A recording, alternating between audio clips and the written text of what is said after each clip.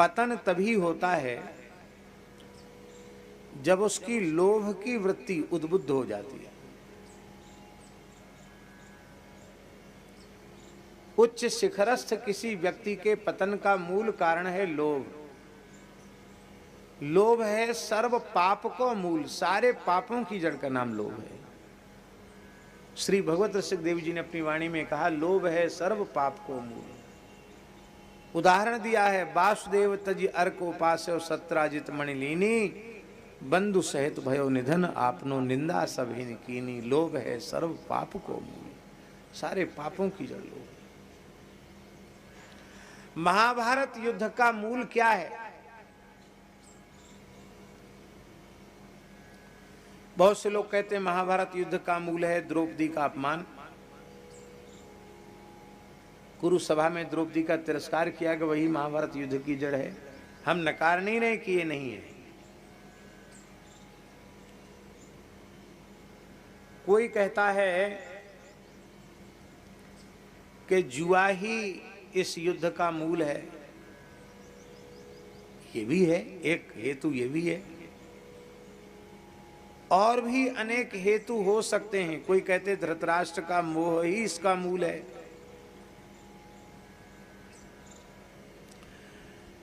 पर यदि खूब सूक्ष्मता से विचार किया जाए महाराज जी, तो महाभारत युद्ध का मूल है लोभ। क्या है? लोभ। और ये लोभ कहां से पैदा हुआ है और इस लोभ ने कितना बड़ा रक्तपात कराया, ये विचार की बात है। महाभारत युद्ध का बीज है एक ऋषि का लोभ, द्रोणाचार्य का लोभ। द्रोणाचार्य और द्रुपद दोनों ही एक गुरुकुल में पढ़ते थे। दोनों का परस्पर सख्य था, मित्रता थी।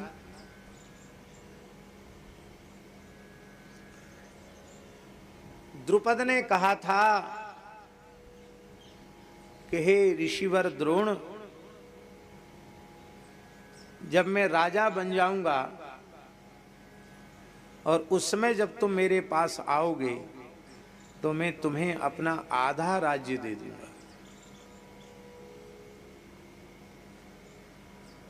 अध्ययन पूर्ण हो गया, द्रुपद राजा बन गए और द्रोणाचार्य, जिसे इस समय देहरादून कहते हैं, ये द्रोणाचार्य की तपस्थली है। दून, द्रोण। तो आज भी वहाँ टपकेश्वर महादेव हैं, जहाँ उनकी गुफा है, जहाँ द्रोणाचार्य निवास करते थे। पुत्र अश्वत्थामा का जन्म हुआ। अश्वत्थामा कोई सामान्य महापुरुष नहीं है, आज भी सदेह विराजमान है। अश्वत्थामा आज भी सशरीर विराजमान। अधिकारी जीवों को आज भी अश्वत्थामा जी का दर्शन होता है। और अश्वत्थामा जी ब्रज में भी वास करते हैं। पिसाई की जो झाड़ी है, ब्रज में पिसाई की झाड़ी, वो अश्वत्थामा जी की झाड़ी है। भजन करने वाले महात्माओं को आज भी अश्वत्थामा जी की अनुभूति हो जाती है। अश्वत्थामा का जन्म हुआ। ऋषि द्रोण तपोधन थे, परम अकिंचन थे। उनके पास कुछ नहीं था, भौतिक वस्तुओं का सर्वथा अभाव था। उनका पुत्र अश्वत्थामा अभी 5 वर्ष का ही था कि बालकों के साथ खेल रहा था। खेलते खेलते कुश्ती में बालक ने उठाकर गिरा दिया और कहा कि मुझ में बहुत ताकत है, तुम में वह शक्ति नहीं। क्यों? क्योंकि मैं दूध पीता हूं, गाय का दूध पीता हूं। इतनी विपन्नता थी, अभाव था कि गाय तक घर में नहीं थी। तब बालक अश्वत्थामा ने दूध पीने की हठ की और घर में दूध तो था ही नहीं। गाय हो तब ना दूध हो, गाय तो थी नहीं, दूध नहीं था। तब अश्वत्थामा की मां कृपी, उसने चावल के आटे को जल में घोल करके थोड़ा गुनगुना करके थोड़ा गुड़ डालकर उसे थोड़ा मीठा कर दिया और बालक को पिला दिया। अश्वत्थामा पी करके बहुत प्रसन्न हुआ, वो यही समझता था कि ऐसे ही होता है दूध, प्रसन्न हो गया। पर बालक को तो जैसे तैसे बालक की मां ने समाधान कर दिया, किंतु मां रोने लगी कि मैं ऐसी भाग्यहीना माता हूं जो अपने पुत्र के दूध मांगने पर उसे दूध भी नहीं पिला सकती। द्रोणाचार्य जी ने कहा कि तुम इतनी रो क्यों रही हो, दुखी क्यों हो, सारी बात बताई। बोले देखो, ब्राह्मण जो अयाची वृत्ति से अपना जीवन निर्वाह करते हैं, अयाची वृत्ति से बिना मांगे, बिना प्रयत्न के, बिना मांगे अपना काम चले, प्रतिग्रह नहीं लेते, दान नहीं लेते, अयाची वृत्ति से अपना कार्य चलाते हैं, उन ब्राह्मणों का तप तेज सुरक्षित रहता है। मैं अयाची वृत्ति से निर्वाह करने वाला हूं, पर प्रिय तुम्हारे नेत्रों में ये आंसुओं की धारा बहते नहीं देख सकता। मेरा बचपन का मित्र द्रुपद है, अब वह पांचाल देश का राजा बन गया है, तो मैं एक पयस्विनी गाय, दूध वाली गाय अपने मित्र से, राज्य हमको नहीं चाहिए, कहा तो उसने था आधा राज्य दे दूंगा, पर मुझे क्या प्रयोजन है, मुझे नहीं चाहिए, पर एक गाय ले सकता। और शास्त्रों में ऐसा लिखा है, ब्राह्मण अयाची वृत्ति से निर्वाह करने वाला हो, प्रतिग्रह न लेता हो, दान न लेता हो किसी का, और अयाची वृत्ति से निर्वाह करने वाला हो, किंतु वह ब्राह्मण अपने होम कर्म के संपादन के लिए, यज्ञ कर्म संपादन के लिए, देव कर्म और पितृकर्म संपादन के लिए यदि राजा से मांग करके गाय लेता है तो उसको याचना का दोष नहीं लगता, उसको अयाचित वृत्ति ही मानी जाती है, क्योंकि वैदिक कर्म बिना वेद लक्षणा गाय के गव्य पदार्थ के संभव नहीं है, और ब्राह्मण की जिम्मेवारी है उस धर्म को सुरक्षित रखना। इसलिए ब्राह्मण का उसको उसकी अयाचित वृत्ति में बाधा नहीं पड़ती। इस भाव से द्रोणाचार्य द्रुपद के यहाँ गए। महाराज जी, आपका कोई बहुत बचपन का मित्र हो, 10-5 साल अंतराल आ गया हो, तो भी तो आने के बाद आप उसको पहचानेंगे कि नहीं पहचानेंगे? ऐसे भुलक्कड़ तो नहीं हो जाएंगे, कहेंगे ये तुम कौन हो, कहां से आए? पर धन का मद, पद प्रतिष्ठा का मद कितना भीषण होता है, भयंकर होता है। द्रोणाचार्य बड़ी प्रसन्नता से गए थे कि मेरा मित्र उठकर मेरा आदर करेगा, लेकिन द्रुपद ने उनकी ओर ठीक से स्नेहपूर्वक देखा तक नहीं। जब द्रोणाचार्य ने अपना परिचय दिया कि मैं तुम्हारा सहपाठी मित्र द्रोण हूं और हम तुम एक ही पाठशाला में पढ़ते थे, महर्षि भारद्वाज की पाठशाला में हम तुम दोनों एक साथ ही पढ़ते थे, और उस समय तुमने हमको कहा था कि मैं राजा बन जाऊंगा तब तुम आना, मैं तुम्हें आधा राज्य दे दूंगा, लेकिन राज्य पूरा आपके ही पास रहे। मैं एक तपोधन अकिंचन ब्राह्मण हूँ, अयाची वृत्ति से अपना निर्वाह करने वाला हूँ। मुझे अपने गृहस्थाश्रम के कुटुंब की रक्षा के लिए, देव ऋषि पितृकर्म के संपादन के लिए एक गाय की आवश्यकता है। एक गाय लेने की इच्छा से मैं तुम्हारे पास आया हूँ। यह सुनकर के द्रुपद ने क्रोधपूर्वक कहा कि अरे मूर्ख ब्राह्मण, मित्रता समानता में होती है, तू दरिद्र एक राजा को अपना मित्र बता रहा है, तुझे लज्जा नहीं आती? चले जाओ यज्ञशाला में आसन लगा लो, वहीं सीधा सामान मिल जाएगा, बनाने खाने के लिए राशन पानी मिल जाएगा, चले जाओ वहां। तुमको गाय मांगनी थी तो सीधे गाय लेके चले जाते। मैं तुम्हारा मित्र हूं और आधा राज्य देने को कहा था, ये सब सभा में बोलकर तुम मेरा अपमान करने आए हो। चले जाओ यज्ञशाला।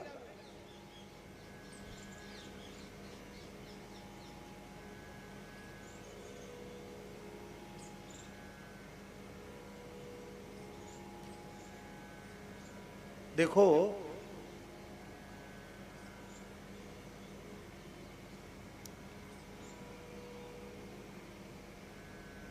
किसी ने अपमान किया महाराज जी, किसी ने तिरस्कार किया और हमारे मन में क्रोध उत्पन्न हुआ, पर हमने विवेक से क्रोध का शमन कर लिया और उस अपराधी को क्षमा कर दिया, तो हमारे तप की, हमारे तेज की वृद्धि होगी, हमारा कोई नुकसान नहीं होगा। अपमान करने वाले की हानि हो जाएगी, लेकिन क्रोध भी उत्पन्न हो जाए, क्षमा भी न करे और गांठ बांध ले कि आज मेरा अपमान हुआ है तो मैं इसका बदला अवश्य चुकाऊंगा, यह एक बात बहुत अच्छी नहीं। प्रतिशोध की भावना ही पुनर्जन्म का हेतु बनती है। प्रतिशोध नहीं करना। भगवान के भक्त तो अजात शत्रु होते हैं।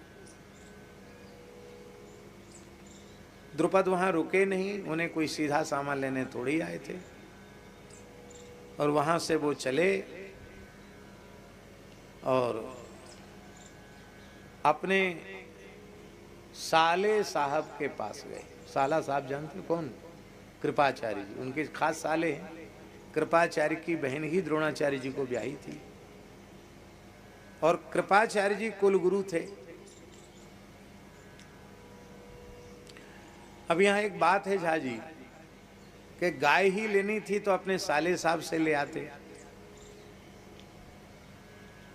वो कुलगुरु थे कौरवों के, तो वो एक क्या 10 गाय दे देते, कोई कमी थी। लेकिन सम्मान का भी लोभ होता है ना कि मैं द्रुपद के यहाँ जाऊंगा, द्रुपद मेरा आदर करेगा, लोभ। कृपाचार्य ने कहा कि देखो, मैं तुम्हारी सिफारिश करूं ये बहुत अच्छी बात नहीं है, लेकिन अभी कौरव पांडव ये जो कुरुवंश के बालक हैं परस्पर खेल रहे हैं, इनको कुछ तुम चमत्कार दिखाओ, रहो हमारे ही घर में, कुछ चमत्कार दिखाओ, चमत्कार को नमस्कार होता है। पुरानी कहावत है, रोटी खाओ घी शक्कर से, दुनिया पुजाओ मक्कर से, पहाड़ी बाबा महाराज कहते थे। मक्कर माने कुछ न कुछ करतब दिखाना, करामात दिखाओगे तब न लोग तुमको मानेंगे। चाहे भले भूत प्रेत भगाने वाला हो, कुछ भी हो, कुछ न कुछ ऊट पटांग करके दिखाओ, इसको मक्कर कहते हैं साधुओं की भाषा में। तो द्रोणाचार्य घूम रहे थे और हम बहुत संक्षेप में बता रहे हैं। कौरव पांडव दोनों बालक ही थे, उनकी खेलते खेलते गेंद कुएं में चली गई और वो सब बेचारे कुएं में झांक रहे थे कि इतने गहरे कुएं में चली गई गेंद, अब इस गेंद को कौन लावे। एक दूसरे का मुंह ताक रहे थे। तब तक द्रोणाचार्य जी वहां पहुंच गए। बोले, अरे कैसे क्षत्रिय हो, तुम्हारी ये गेंद कुएं में गिर गई है, कैसे क्षत्रिय बालक हो, तुम नहीं निकाल सकते? बोले, बाबा कैसे निकलेगी? बोले, अभी हम निकाल के दिखाते हैं। एक मुट्ठी सींक ले आओ। सींक, बच्चे सींक ले आए। उस एक मुट्ठी सींक को द्रोणाचार्य ने अपनी मुट्ठी में लिया और धनुर्वेद का उनसे बड़ा ज्ञाता भला कौन हो सकता है, मूर्तिमान धनुर्वेद ही थे मानो द्रोणाचार्य। उन्होंने अभिमंत्रित किया और वो सींक अभिमंत्रित करके छोड़ी तो वह एक सींक जा करके उसमें गड़ गई गेंद में, और फिर सींक में सींक जुटते हुए जैसे कोई रस्सी से खींच ले, ऐसी सींक में सींक जुटती हुई चली गई और गेंद को निकाल के बाहर दे दी, बालकों को दे दिया। अब बालक दौड़े दौड़े आए, भीष्म जी की गोद में बैठ गए। लिखा भी है पुराणों में, जब भीष्म जी सरसैया पर पड़े हैं, महाभारत में भी लिखा है कि मैं कितना हतभाग्य हूँ, युधिष्ठिर कह रहे हैं। बचपन में खेलते खेलते धूल से भरे हुए वस्त्रों से शरीर से मैं आपकी गोद में बैठ करके आपके धवल वस्त्रों को धूमिल कर देता था, धूल धूसरित कर देता था, आपकी दाढ़ी को पकड़ने लग जाता था, लेकिन आप कितना स्नेह करते थे और हमने स्नेह शून्य होकर आपकी यह दुर्दशा कर दी। मेरी क्या गति होगी? विलाप करते हैं युधिष्ठिर। बालक गोद में बैठे हैं, सारी बात बताई तो भीष्म पितामह समझ गए कि इस प्रकार की अस्त्र विद्या केवल और केवल इस समय धरती पर द्रोणाचार्य जी में, या तो हमारे गुरु परशुराम जी में है या श्री द्रोणाचार्य में है, तीसरे में ऐसा दिव्य ज्ञान अस्त्र का संभव नहीं है। ये तो बड़े सौभाग्य की बात है। बोलो कहाँ कहाँ मिले आपको? अरे बोले आप अपने गुरुजी है ना कृपाचार्य जी, उनके घर में रह रहे हैं। वो समझ गए वे ही होंगे द्रोणाचार्य। और स्वयं भीष्म ने जाकर उनका आदर किया, प्रार्थना की और प्रार्थना करके कहा कि आप यहाँ के कुलपति बन जाइए, क्षत्रिय कुमारों को आप धनुर्वेद की, अस्त्र शस्त्रों की, दिव्यास्त्रों की शिक्षा प्रदान कीजिए। और उनको महल दे दिया, एक प्रकार से अपने जैसा ठाट बाट उनको प्रदान कर दिया। अब देखिए महाराज जी बहुत बारीक बात कह रहे हैं कि जब एक गाय लेने के लिए गए थे, वो नहीं मिली और सब कुछ मिल गया, महल मिल गया, गायें मिल गई, सारी सुख सुविधा मिल गई, तो अब प्रतिशोध का त्याग कर देना चाहिए था। लेकिन वह गए ही इसलिए थे कि हमें द्रुपद से बदला लेना है, इसके लिए हमें शक्ति संपन्न बनना है। और उन्होंने उस पद को स्वीकार किया। कौरव पांडवों को खूब लगन से पढ़ाया और उनका प्रदर्शन भी सबके सामने हुआ, महाभारत ग्रंथ प्रमाण है। और अब आई गुरु दक्षिणा की बारी कि गुरु दक्षिणा दीजिए। गुरु पढ़ाने के बाद कहते ना गुरु जी कि अब देखो तुम्हारी पढ़ाई पूरी हो गई, अब तुम गुरु दक्षिणा प्रदान करो। तो बालकों ने कहा कि आप आज्ञा करो, क्या गुरु दक्षिणा दें।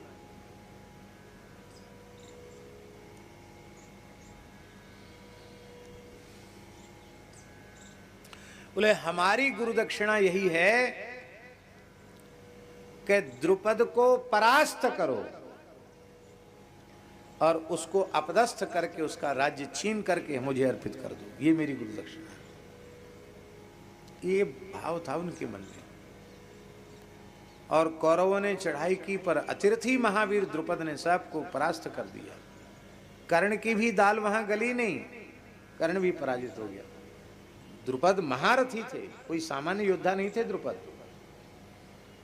पर जब पांडवों को कहा गया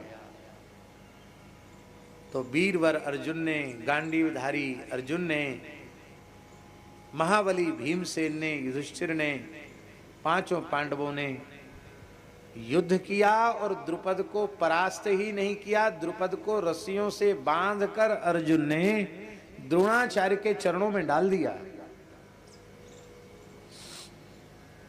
उस समय द्रोणाचार्य ने कहा, कहो मित्र द्रुपद, तुमने कहा था कि एक निर्धन की, एक धनवान से, राजा से क्या मैत्री। अब तुम स्मरण करो, अब तो तुम मेरे ही जैसे हो चुके हो, अब तुम्हारे पास राज्य नहीं है, मेरे शिष्यों ने तुम्हारा राज्य जीत लिया है, अब तुम्हारे प्राण भी हमारे अधीन हैं। बोलो अब तुम्हें मित्रता का स्मरण है कि नहीं। द्रुपद ने कहा कि हाँ, हमें अब सब याद आ गया, अब राज्य भी आपके अधीन है और हमारे प्राण भी आपके अधीन हैं। बोले देखो तुम क्षत्रिय हो, तुमने प्रेम को भुलाया पर मैंने नहीं भुलाया, मैं अभी भी तुमको मित्र मानकर प्राणदान दे रहा हूं।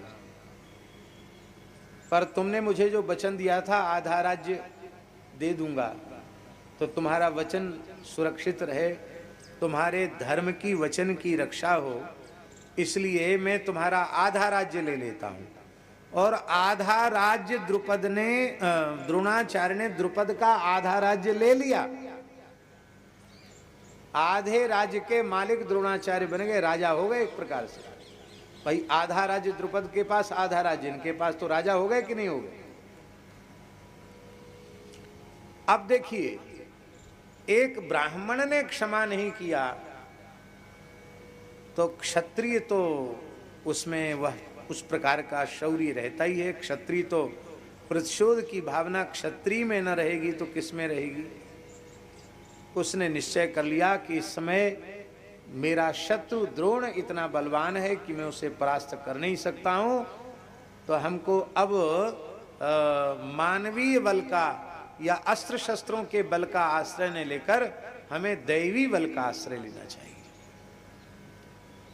और द्रुपद ब्राह्मणों के पास जा जाकर प्रार्थना करने लग गया कि इस प्रकार का मारण यज्ञ कराओ कि द्रोणाचार्य की मृत्यु हो जाए।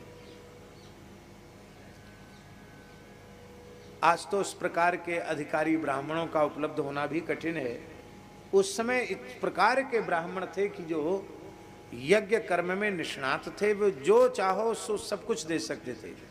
गीता जी में ना, अयम वो तुष्ट काम दुख, संपूर्ण कामनाओं की पूर्ति करने वाला यज्ञ है। सह यज्ञा प्रजा सृष्ट्वा पुरोवाच प्रजापति अनेन प्रशविश्वध्वम अयम वो तुष्ट काम दुख। संपूर्ण कामनाओं की पूर्ति यज्ञ से होती है। अस्त्र शस्त्र चाहो तो यज्ञ से मिलेंगे, रथ हाथी घोड़ा चाहो तो यज्ञ से मिलेंगे, पुत्र चाहो तो यज्ञ से मिलेगा, विजय चाहो तो यज्ञ, जो चाहो सो यज्ञ से मिल जाएगा। विराज जाओ।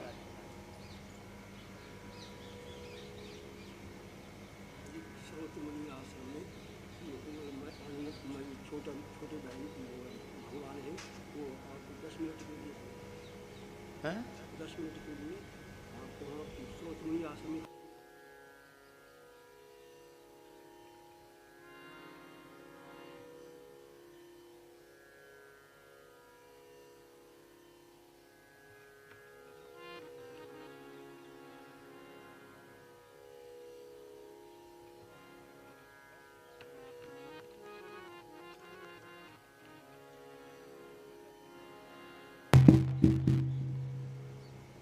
क्या कह रहे थे, हमको याद दिलाओ। हाँ, यज्ञ से संपूर्ण कामनाओं की पूर्ति होती है। उस समय दो भाई थे, याज और उपयाज। वो भी बड़े श्रौत कर्म के, यज्ञ कर्म के निष्णात थे। उनके पास द्रुपद गए। पहले याज के पास गए। याज ने कहा कि मैं करा तो सकता हूं तुम्हारे अभिष्ट की पूर्ति के लिए यज्ञ, लेकिन एक ऋषि को, एक ब्राह्मण को मारने का संकल्प लेकर मैं यज्ञ कराऊं, चाहे जितनी बड़ी दक्षिणा दो, मैं धन का लालची नहीं हूं, ऐसा कर्म नहीं करा सकता। लेकिन मेरा भाई थोड़ा लालची ज्यादा है महाराज जी, उपयाज थोड़ा दक्षिणा का लालची ज्यादा है।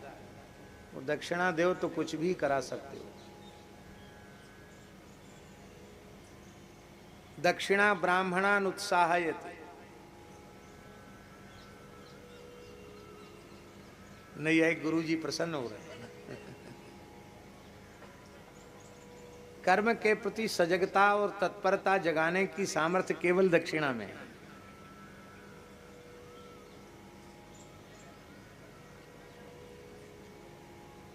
वाजपेयी जी 56 भोग 36 व्यंजन जिमाए दो और पीछे से बढ़िया दक्षिणा न दो, एक हा सबरो समय बिगड़ गए हो। धूप में गए, धूप में आए हैं, कछु नाए दियो, कहेंगे कि नहीं? और भले ही रसोई सामान्य हो, लिफाफा बढ़िया, वाह क्या कहना, बहुत बढ़िया यजमान, क्या कहना, बहुत दक्षिणा।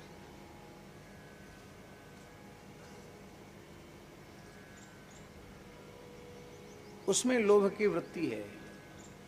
उपयाज ने स्वीकार कर लिया और उसने कहा कि देखो, कर्म तो होगा पर बहुत सावधानी से करना, क्योंकि सकाम कर्म है और अविचारिक प्रयोग है।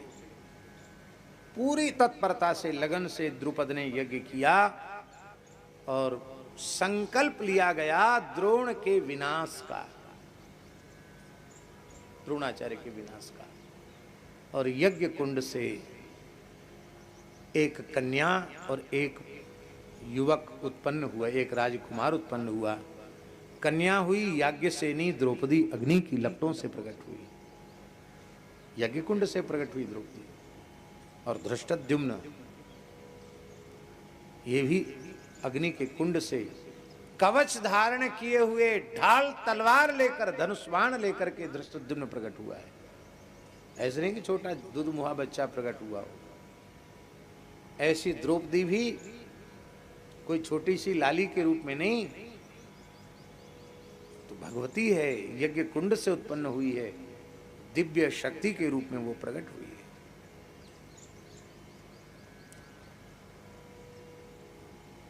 और कालांतर में द्रुपद ने निश्चय किया कि ऐसे ही वीर के साथ जिसने हमको बांध कर द्रोणाचार्य के चरणों में रख दिया, ऐसे ही वीर के साथ में अपनी अयोनिजा याज्ञसेनी पुत्री का विवाह करूंगा। और लक्ष्य वेध करके पांडवों ने द्रौपदी को प्राप्त कर लिया।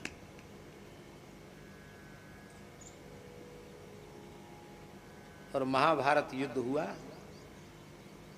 कथा आप सबको मालूम है। धृष्टद्युम्न ने द्रोणाचार्य का मस्तक काट दिया और द्रौपदी के तिरस्कार का परिणाम बहुत बड़ा नरसंहार हुआ, कौरवों का संहार हुआ। अब आप इस कथा को सुनकर बताइए, महाभारत युद्ध का कारण एक ऋषि के भीतर उत्पन्न लोभ है कि नहीं? और सब जो कारण है वो अवांतर कारण है, पर महाभारत का युद्ध का मुख्य कारण, इस नरसंहार का मुख्य कारण था द्रोणाचार्य का लोभ। इसका मुख्य कारण द्रोणाचार्य के भीतर प्रतिशोध की भावना, उनका क्षमा न करना, ये उसका मुख्य कारण था। और ये बात और भी स्पष्ट है, जब भगवान के समझाने से युधिष्ठिर ने कह दिया अश्वत्थामा हतः नरो वा कुंजरः, और द्रोणाचार्य सब कुछ त्याग कर आचमन प्राणायाम करके बैठ गए, रथ पर ही बैठ गए। महाभारत में स्पष्ट लिखा है झा जी कि भीमसेन ने कान के पास जाकर उनको कहा, गुरुजी ये जो खून की नदियां बह गई हैं, इसका कारण आपका लोभ है। ये जो बात अभी हम जो विस्तार से कह रहे हैं, इसको सूत्रात्मक रूप से भीमसेन ने कहा है।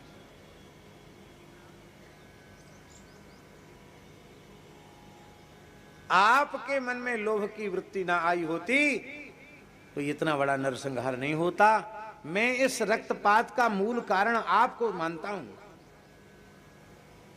यह बात सुनकर के द्रोणाचार्य बहुत दुखी हो गए और एक बार तो उनको थोड़ा क्रोध हुआ। उन्होंने विचार किया कि अब तो मैं दिव्य अस्त्र शस्त्रों से अब जो होगा सो हो गया, अब तो जला ही डालूंगा सृष्टि को। तब ऋषियों ने हाहाकार किया, आकाश में खड़े होकर वो कहा कि नहीं नहीं, घोर कर्म मत करो, तुम ऋषि हो और अब अपने स्वरूप को संभालो। एक महान ऋषि को जैसे देह का त्याग करना चाहिए, उस पद्धति से तुम देह का त्याग करो। और द्रोणाचार्य समाधिस्थ हो गए और उस समय शीतल मंद सुगंधित हवा चलने लग गई। जैसे कोई महान योगी, महान ऋषि सूर्य मंडल का भेदन करके प्रयाण करे, ऐसे ही ब्रह्मलोक प्रयाण किया है द्रोणाचार्य ने। पर समाधि की अवस्था में ही धृष्टद्युम्न ने उनका मस्तक काट दिया।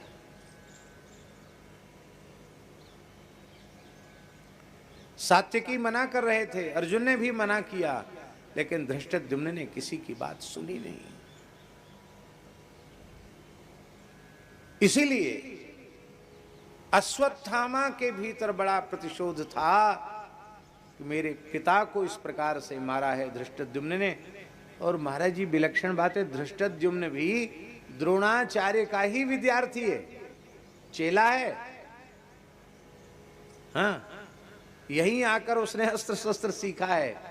पर प्राचीन परंपरा कैसी थी कि जिन द्रोणाचार्य जी को यह पता है कि ये मुझे मारने के लिए ही पैदा हुआ है, वो भी शिष्य बन के पढ़ने आया है, तो उसको भी पढ़ाने में द्रोणाचार्य जी ने कोई संकोच नहीं किया।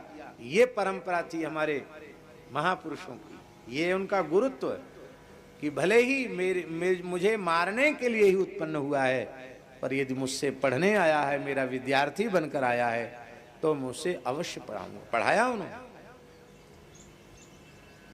हर हर महादेव से भक्तों को आप सबका मेरे YouTube चैनल में स्वागत है। हमने राजेंद्र दास जी महाराज के श्रीमुख से एक बहुत ही अद्भुत प्रसंग का श्रवण किया कि इंसान को लालच नहीं करना चाहिए। अगर कोई भी इंसान लालच करता है तो उसका पतन शुरू हो जाता है। आपको ये वीडियो अच्छा लगा हो तो इस वीडियो को लाइक और कमेंट जरूर करें। ऐसे ही वीडियो देखने के लिए इस चैनल को सब्सक्राइब करें। धन्यवाद। हर हर महादेव।